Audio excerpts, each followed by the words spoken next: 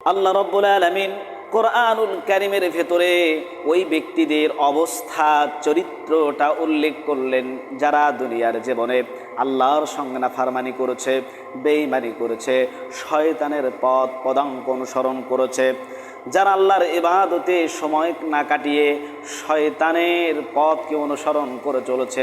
আল্লাহ রাব্বুল আলামিন সেই বেঈমান কাফের মুশরিক মুরতাদদের কথা কোরআনে তুলে ধরলেন।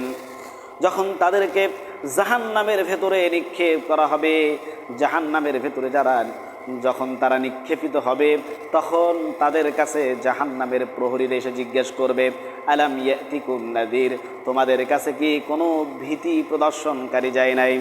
এই কপাল পোড়া হতভাগা লোকগুলো সেদিন বলবে, ক্বালু বালা ক্বাদ জাআনা নাযীরুন ফাকাযযাবনা وَقُلْنَا مَا نَزَّلَ اللَّهُ مِنْ شَيْءٍ।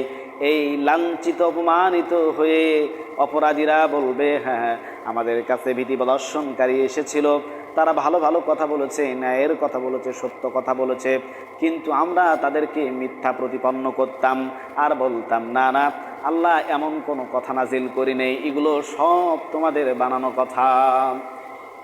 এই অপরাধীগুলো তাদের অবস্থা আরও কী হবে?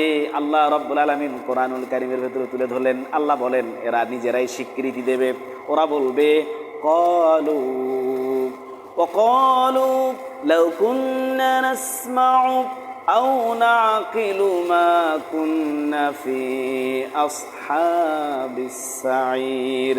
ওরাই বলবে, আহারে, দুনিয়ার জীবনে যদি নবী রাসূল আলেম ওলামাদের কথা শুনতাম, বোঝার চেষ্টা করতাম, নিজের জীবনে বাস্তবায়ন করতাম, তাহলে আজকে জাহান্নামের অধিবাসী হতাম না, আজকে জাহান্নামের ভেতরে আসতে হতো না।